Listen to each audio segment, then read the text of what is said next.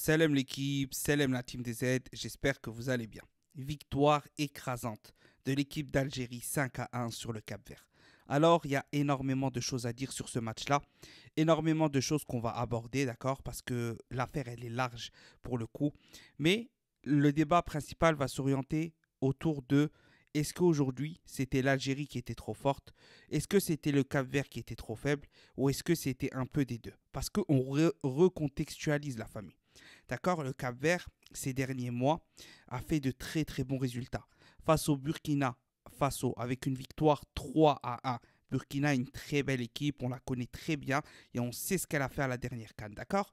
Et face au Maroc, un match nul, d'accord?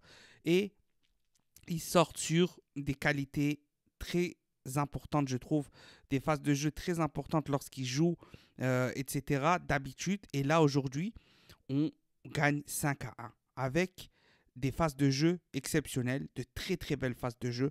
D'accord, on a vu du beau football, mais est-ce que l'adversaire était réellement à niveau? Je vous laisserai répondre à ça, vous, dans les commentaires. Maintenant, une fois que ça c'est dit, on va passer un peu à voir comment le match s'est déroulé. D'accord? Il y a une chose qu'on doit bien retenir sur ce match-là. C'est la leçon principale de ce match-là pour moi. C'est que les équipes comme ça, comme le Cap-Vert, la Tanzanie, ce genre d'équipe-là un peu, vous connaissez, d'accord? Leur point faible, c'est qu'il faut leur marquer très très rapidement. Plus tu tardes à leur marquer, plus ça devient difficile. Plus tu tardes à leur marquer, plus ça devient difficile. Mais une fois que tu as cassé la première ouverture, le premier but qui doivent un peu changer tactiquement, ils ne s'en sortent plus. Ils ne sont pas assez bons tactiquement, individuellement, collectivement pour revenir et faire mal. D'accord? Là, on parle des équipes style Cap-Vert. Attention, la prochaine CAN, ce ne sera pas que ce genre d'équipe, très loin de là. Et je rappelle tout de suite, pas d'enflammade les DZ, parce que clairement, il y a une chose importante à retenir.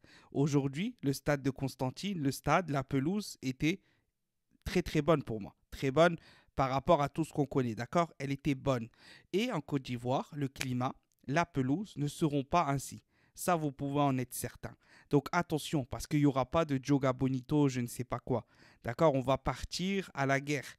En Côte d'Ivoire, à cette CAN 2023-2024, on va partir à la guerre. Donc ça, oui, c'est une note et un match important à prendre en compte. D'accord? C'est une très belle victoire sur un très beau score face à une équipe sur le papier qui n'est pas du tout simple à jouer.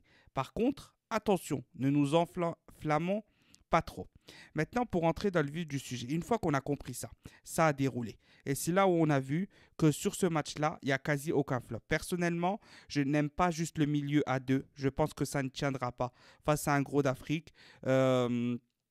Zerouki, comme je vous ai dit, pour moi, je ne suis pas trompé par ce match-là. Il a fait son match, mais même il a marqué. Pour dire que maintenant, en 20 titularisations, c'est seulement son deuxième but. C'est que vraiment, le Cap-Vert, il y avait aussi une problématique à ce niveau-là. Où est-ce que notre collectif était très bien huilé. Mais je ne pense pas que contre des gros d'Afrique, le milieu Zerouki Aouar tiendra, d'accord? Parce que je préfère personnellement un milieu à 3. Sur ce point-là aussi, n'hésitez pas à me dire ce que vous en pensez, d'accord? Mais une fois que ça c'est dit, d'accord, une fois que tout ça c'est dit, on a vu que globalement, si on parle juste de style de jeu, de phase de jeu, on a vu que tactiquement, Belmadi a montré quelque chose de très intéressant. On a vu du dédoublement, énormément de dédoublement de qualité individuelle et collective entre Amoura, Guiri, Aouar, Slimani, Marez, ça joue au ballon, remise de la tête, pressing, passe, 1-2, long ballon, touche, contrôle en pleine course d'Amoura, qui la remet pour Aouar, crée une ouverture pour Guiri. Bref, c'était beau à voir, c'était du beau jeu.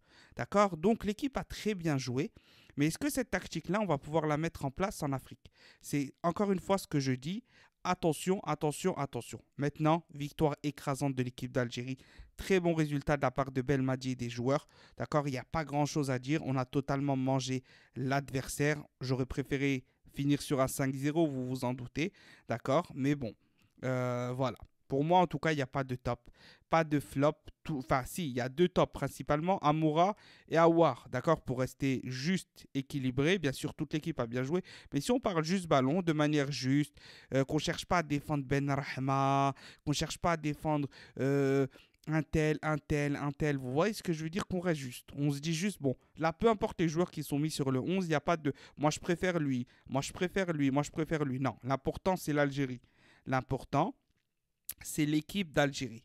Et si on juge les joueurs équitablement, sur ce match-là, les deux grands tops, c'est Aouar et Amoura. Deux grosses prestations, d'accord, dans leur style de jeu, dans leur domaine, d'accord. Attention, en Afrique, ça ne sera pas la même chose. Je préviens dès maintenant, en Afrique, ça ne sera pas la même chose. Mais en tout cas, l'Algérie est peut-être de retour. N'hésitez pas à me dire ce que vous en pensez.